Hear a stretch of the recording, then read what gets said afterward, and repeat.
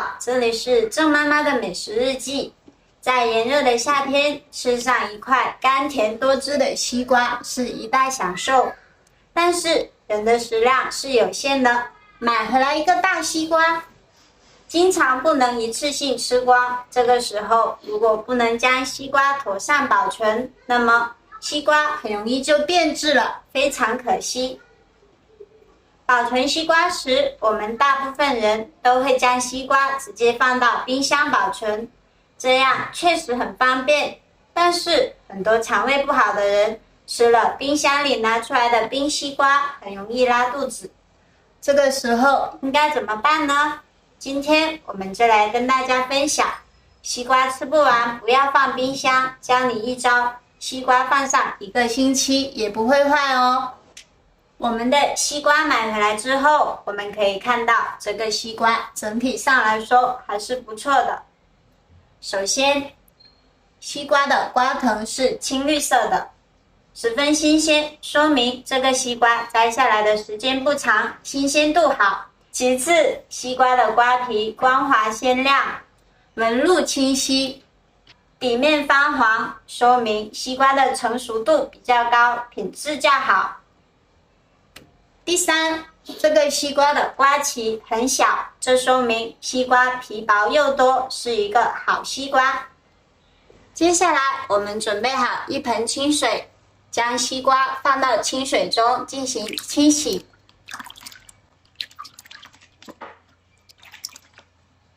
接下来我们用纸巾或者抹布将西瓜的表皮擦干。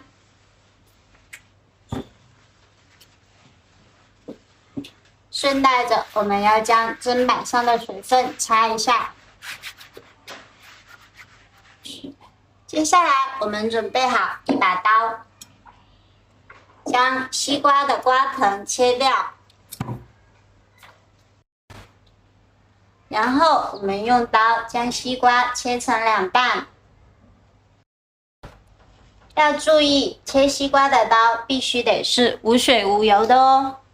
否则可能会影响西瓜的保存。可以看见这个西瓜的汁水真的很多，而且颜色鲜红，成熟度确实是不错的哦。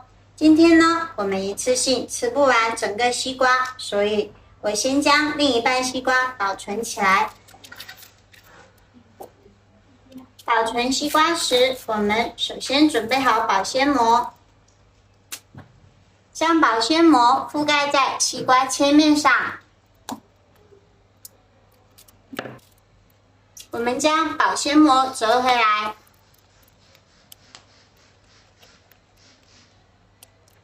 再覆盖一层，达到双重保护的作用。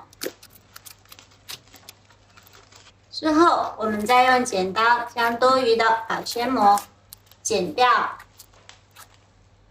将保鲜膜的四周边缘包好。接下来，我们准备好一个盆子和适量的清水，我们将覆盖好保鲜膜的西瓜放到盆中。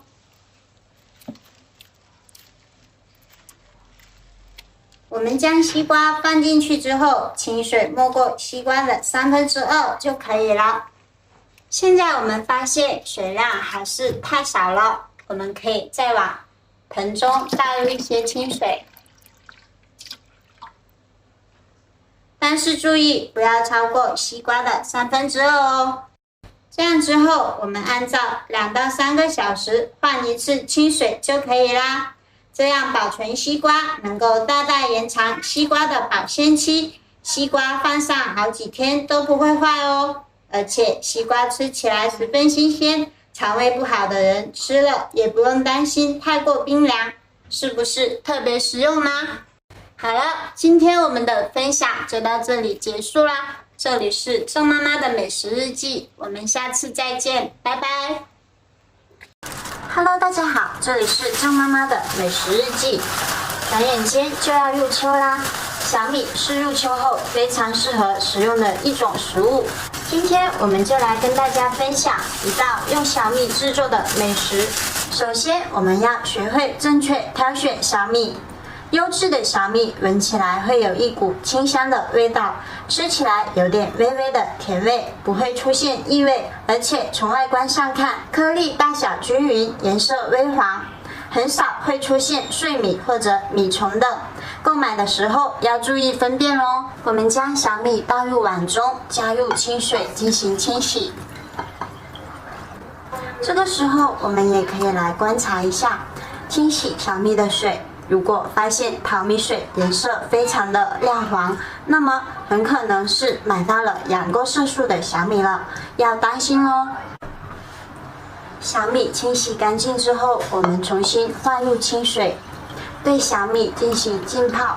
浸泡的时间可以控制在半小时左右，确保小米充分吸收水分。接下来我们来准备一点南瓜，将南瓜去皮。之后，我们再将南瓜切成薄片。南瓜切好之后，我们将它放入一个大碗中备用。好了，这个时候小米也已经泡发好了。在这里提醒大家，一定要避免太长时间的浸泡小米哦，否则可能会导致小米的营养流失，影响它的口感。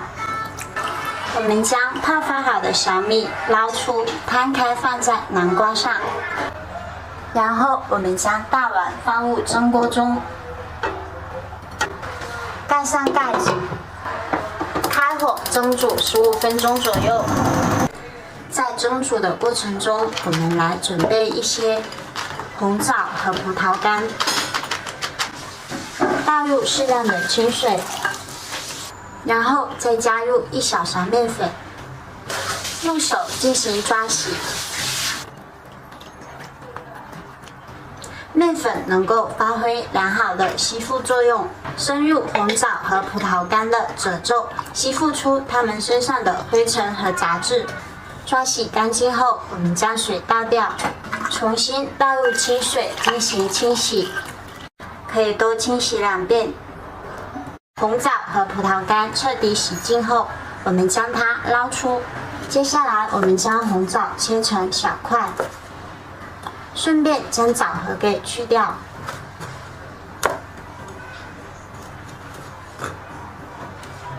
我们将葡萄干放进来，一起将其切碎。也不用切得太碎哦，保持一些颗粒感，这样吃起来口感更好。切好之后，我们将它放入盘中备用。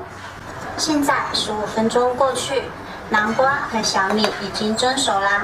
我们将它倒入料理机中，加入适量的纯牛奶，通电将其打成糊状。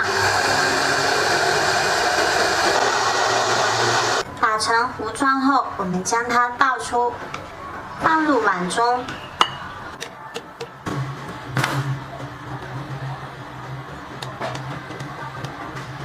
接着，我们加入3克左右的酵母粉，再加入适量的白糖。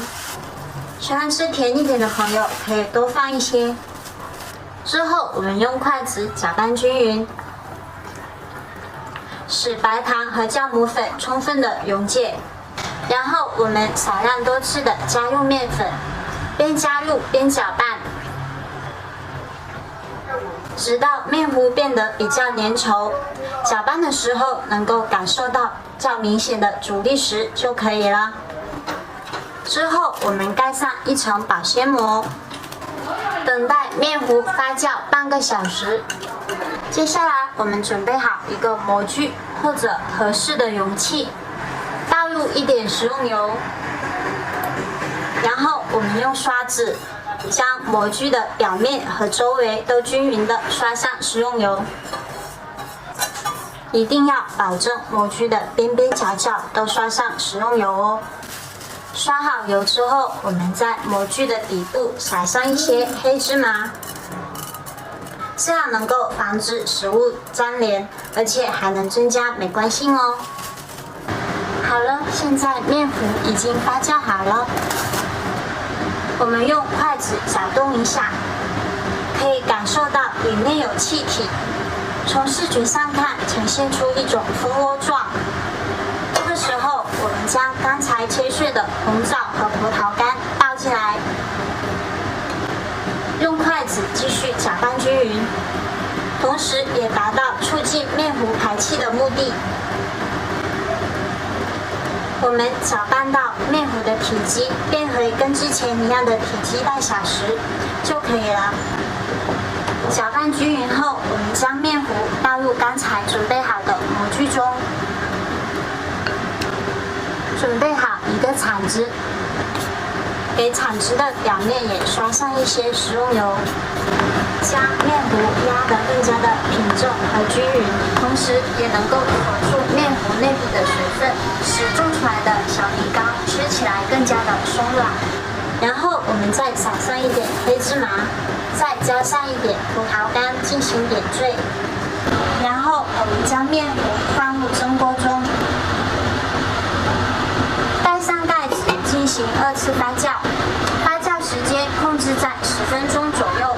10分钟后可以观察到面糊的体积明显变大，这个时候就发酵好了。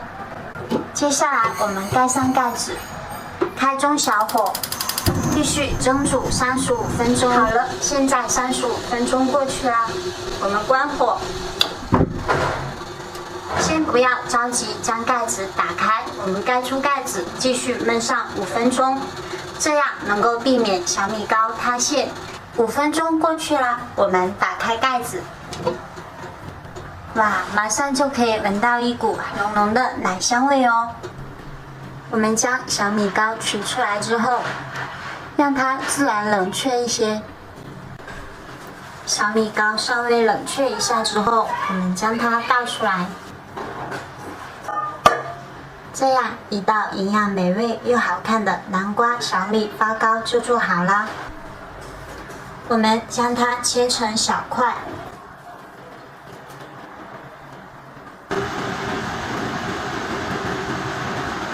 看起来真的非常的松软又美味哦。好了，今天我们的分享就到这里结束啦。这里是郑妈妈的美食日记，我们下次再见，拜拜。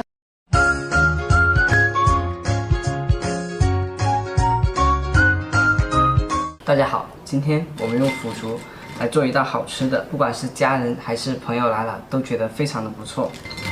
接下来我教大家怎么挑选腐竹。我们的腐竹呢，一般要挑选这种颜色比较深黄的，这种比较新鲜。像我们把我们的腐竹泡一下。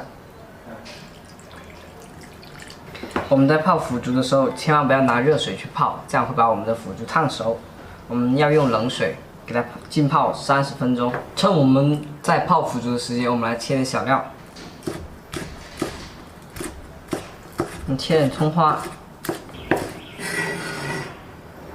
放在一旁，再切点蒜片，切点姜片，要切成丝。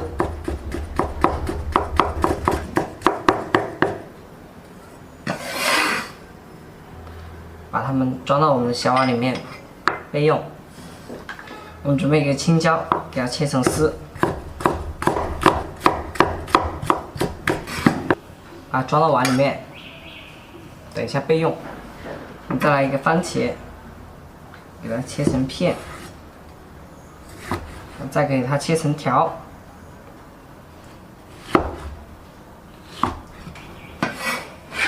番茄装到碗里面备用。我们来准备一个鸡蛋，给它打散。现在我们这个腐竹已经泡好了，我们看下效果。我们轻轻一撕，里面都是一层一层的，非常的好看。现在我们把这水分捏干，拿出来。我们捏干水分的腐竹，加入我们刚刚的蛋液，我们给它搅拌均匀。让我们的腐竹充分连上我们的蛋液，下入一点生粉，这样子我们的腐竹更容易连上我们的鸡蛋液。再来一点面粉，让它均匀的裹上去。我们裹成这样子就可以了。我们起锅烧油，把油温升至6成，下入我们裹好的腐竹，我们拿筷子一个一个下，避免它粘在一起，我让它慢慢炸1分钟，炸至发胀，我们给它翻一个面，像这样炸至金黄，我们把它捞出来，控下油。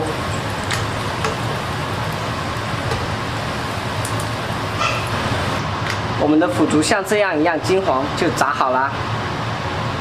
起锅烧油，把我们的葱姜蒜的小料放去，给它爆香。爆香后下入我们的番茄，把我们的番茄炒出汁水，下我们的青椒丝，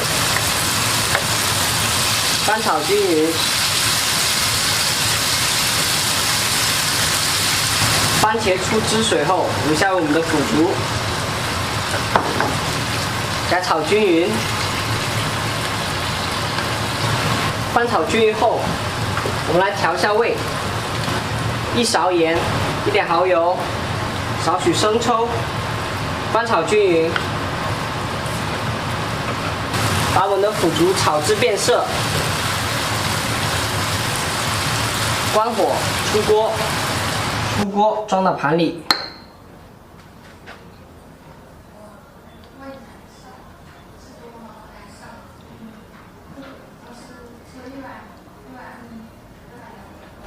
我们的炸腐竹外酥里嫩，非常的好吃。一道既好吃又有营养的小炒腐竹就做好了，大家学会了吗 ？Hello， 大家好，这里是郑妈妈的美食日记。秋天多吃上一点南瓜，对身体是十分有好处的。今天我们就来教大家南瓜和大米饭一起做，出锅后大人孩子抢着吃，实在是太美味啦。我们在碗中加入适量大米，再倒入清水，用手搅拌清洗一下。之后我们将淘米水倒掉，我们重新倒入清水，将大米静置浸泡30分钟左右。我们先来准备1块南瓜，将它削皮之后切成小块。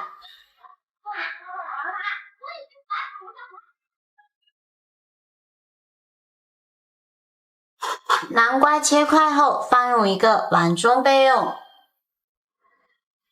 接下来我们准备一个削好皮的土豆，同样的将土豆切成小块。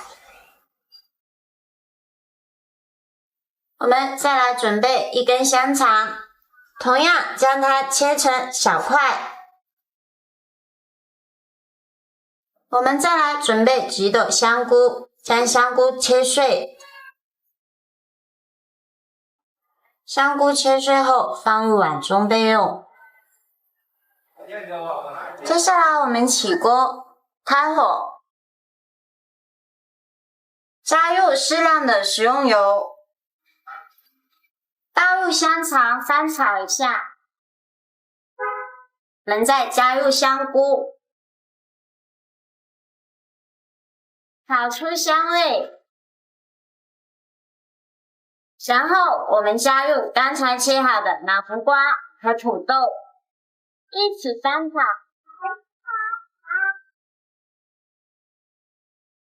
接着我们加入适量的酱油，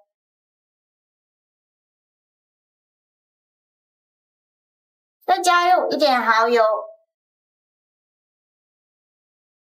倒入少量的清水，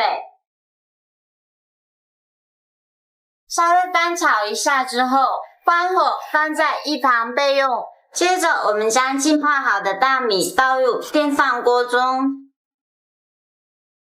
用手稍微摊平整，然后我们倒入刚才炒好的配菜，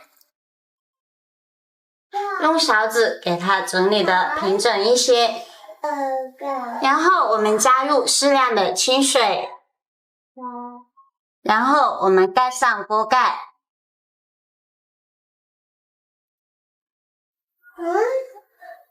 将电饭锅调整为煮饭模式。等待饭煮熟。好了，现在饭已经煮好了，我们将盖子打开。哇，实在是太香了吧！我们用勺子给它搅动一下。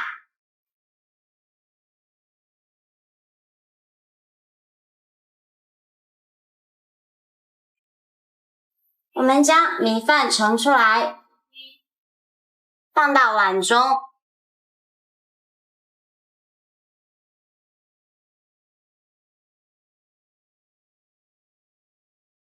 用勺子将它压实一些，然后我们找来一个大盘子，将它倒扣。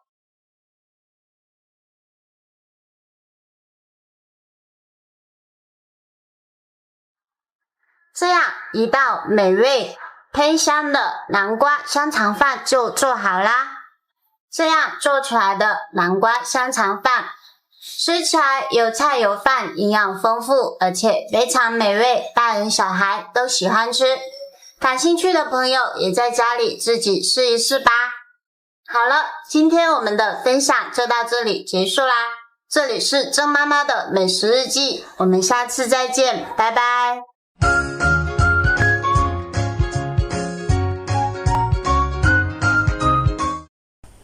大家好，今天跟大家分享一个清除电饭锅铁锈及污垢的小技巧。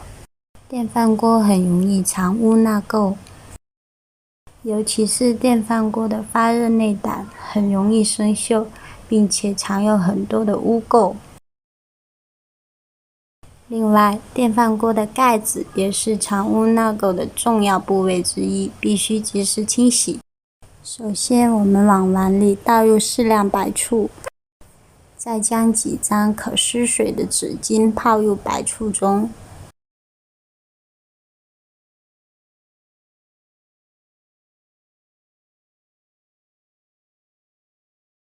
接着，我们往锅中倒入食用碱，就平时我们厨房使用的食用碱就可以了。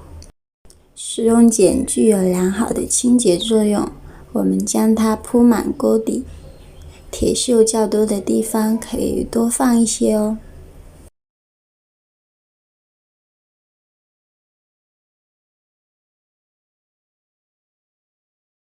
接下来，我们将刚才泡了白醋的纸巾展开，铺在锅底。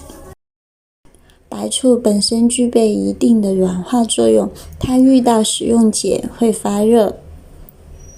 纸巾铺进来之后，我们可以听到轻微的气泡声，这就是白醋遇到碱之后发热的声音哦。尽量用手将纸巾铺平。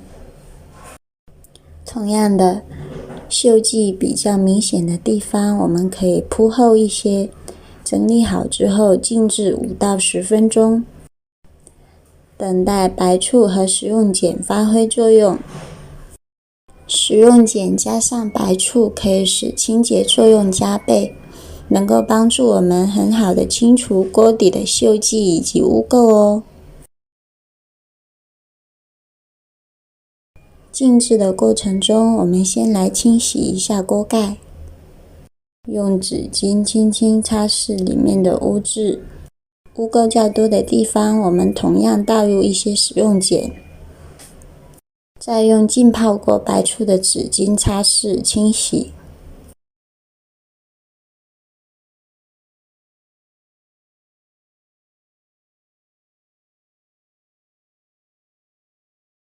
反复擦拭之后，锅盖的内部已经干净啦。反过来擦拭锅盖的外部。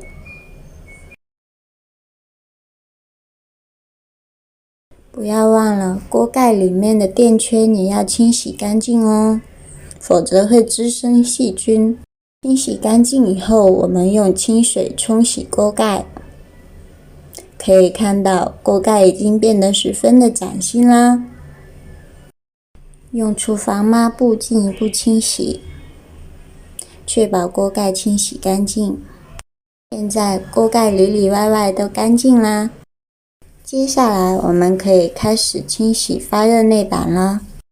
将纸巾掀开，可以看到里面沾满了锈迹，很多黄色的锈迹已经剥落下来了。我们用纸巾一边擦拭锅底，将锈迹剥离。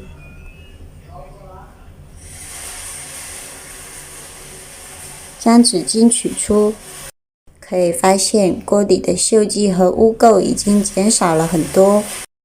接着，我们将牙膏挤在刷子上，再刷一遍锅底。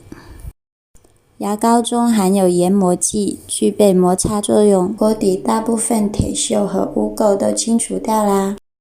如果发现还残留少量的铁锈，可以重复刚才的方法，多次擦洗。好了，今天我们的分享就到这里结束啦，欢迎下次收看，再见。Hello， 大家好。在做辣椒炒肉的时候，到底是先炒肉还是先炒辣椒？很多人都做错了。大厨今天来分享正确的做法。第一步，我们准备一点前腿肉，把这个猪皮给去掉。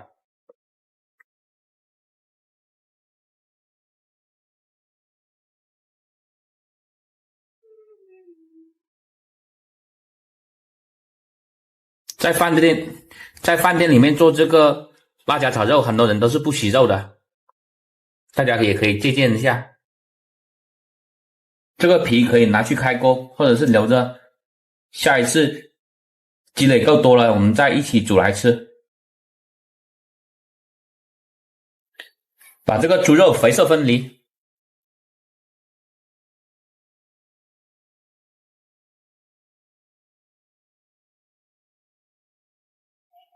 瘦肉改刀切成薄片。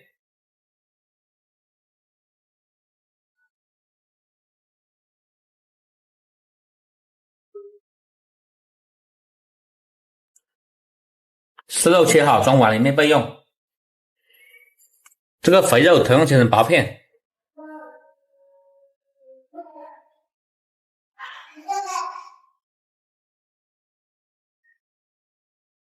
装碗里面备用。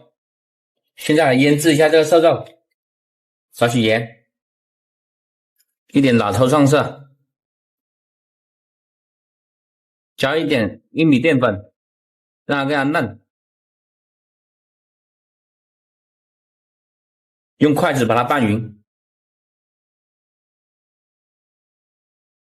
拌匀之后淋上一点食用油。放食用油呢，等下炒的时候不会粘在一起。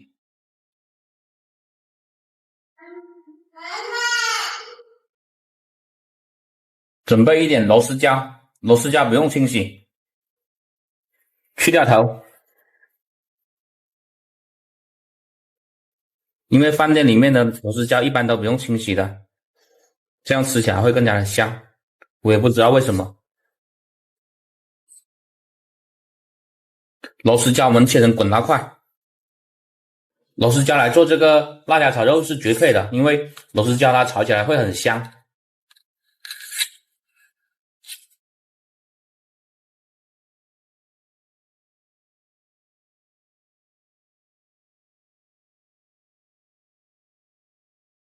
现在这螺丝椒卖的很贵啊，9块钱一斤，是不是这个月份它这个产量比较少？过年的时候也是一样。螺丝椒全部切好，装盘里面备用。现在材料全部备齐了啊。这个是一点豆豉还有蒜末，刚刚没有切给大家看，避免浪费大家的时间啊。起锅不刷油啊，开火。第一步很关键啊，很多人都做错了啊。第一步呢，应该先炒这个螺丝椒，把这个螺丝椒给炒软，把螺丝椒给煸软，这样等下炒出来的这个青椒炒肉啊才入味。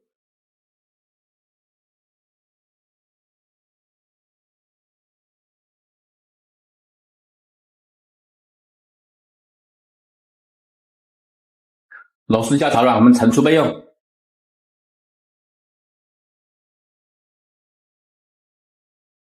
热锅冷油啊，下入肥肉，把这个肥肉煸炒出油脂，放入这个蒜末和豆豉，小火给它爆香，爆出香味，放入瘦肉，转中火把这个瘦肉给炒断生啊。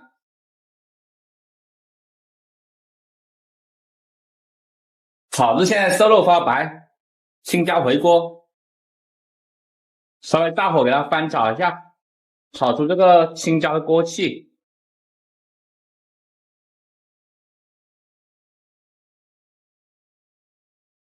炒出锅气了，现在开始调味，来点料酒，去腥增香，一点生抽沿锅边淋入，少许的盐，鸡精，88粒白糖，加白糖可以提鲜啊。现在开大火把这个调料给炒匀就可以出锅啦。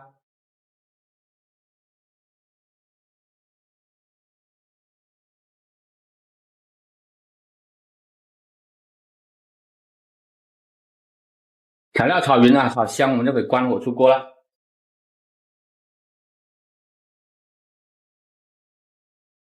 哇，真的是香喷喷的。